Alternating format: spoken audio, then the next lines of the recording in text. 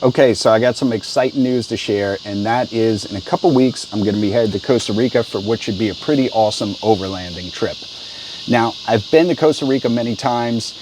I actually studied Spanish down there in the 90s. I stayed with a family in San Jose and spent the summer down there in college. I've since gone back many times over the years, and most recently I went back to Costa Rica last year to one of my favorite towns of Montezuma. I went down there to spend a few days learning how to surf. It went pretty well. I need to get some more practice. So anyway, on this trip, I'm trying to combine my love for Central American jungle adventures with my newfound love for overlanding.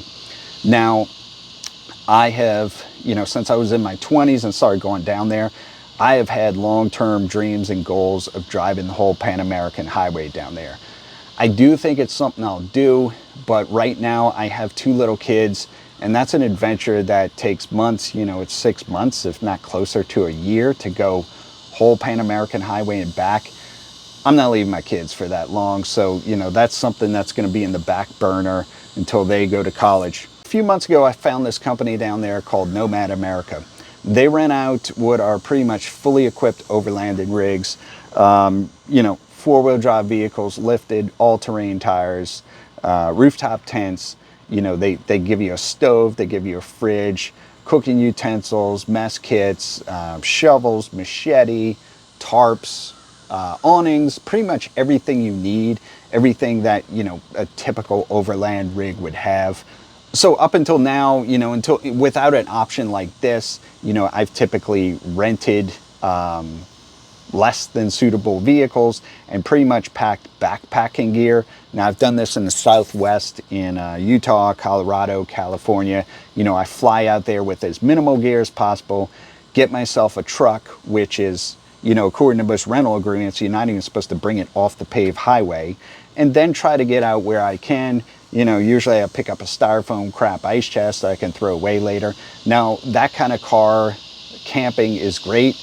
I still enjoy doing it, but to have a fully equipped overlanding rig just takes things to a whole nother level. So, I'll have all my gear.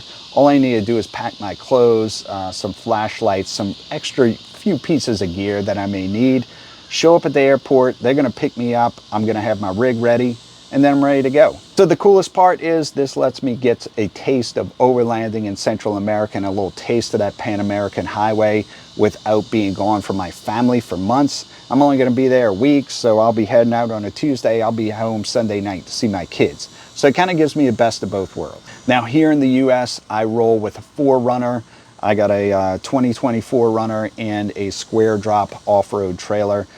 This has served me well. Of course, I love doing this. It'd be cool to have it down there, but, I'm picking from the vehicles they have. Now, Nomad America does have 4Runners, but I wanted to mix things up a little bit, so trying to pick a different vehicle. They have a 110 Defender available, which is pretty awesome. It is a badass rig for Central America. I have ridden in quite a few of them as a passenger. I never drove it. But I've ridden in them in Latin America, Southeast Asia, and the Middle East. And, just for the nostalgia and the immersive experience, it would be awesome to have that truck. But their Defender is a 1990s edition, and, it's got a few decades of abuse on it. It's antiquated equipment, probably prone to breaking down, and not the most comfortable rig. So I am going with their FJ Cruiser. It's comparable to my 4Runner. It's a great vehicle and gives me a little something different. So it is lifted, all-terrain tires, all set up, ready to go. So I'm going to be down there for about a week. I am not quite sure where I'm going. Many of my overland adventures, I think that's part of the fun is, I have a vague idea, but I really can't tell you where I'm going until I wake up that morning on every day. I think I'm going up to the Arenal area, trying to get some mountains, cloud forest up there. Then I'm going to head down to the coast, somewhere on the Pacific coast, southern part of the Pacific coast, maybe between Capos and Dominical, get a couple days of wild, remote beachfront camping, then drive back up to Alajuela, fly home. It's a short trip, but hey, it's going to be still a pretty awesome adventure. And, you know, I'm looking forward to it and to bringing some great content and videos to you. So stay tuned and be on the lookout for it.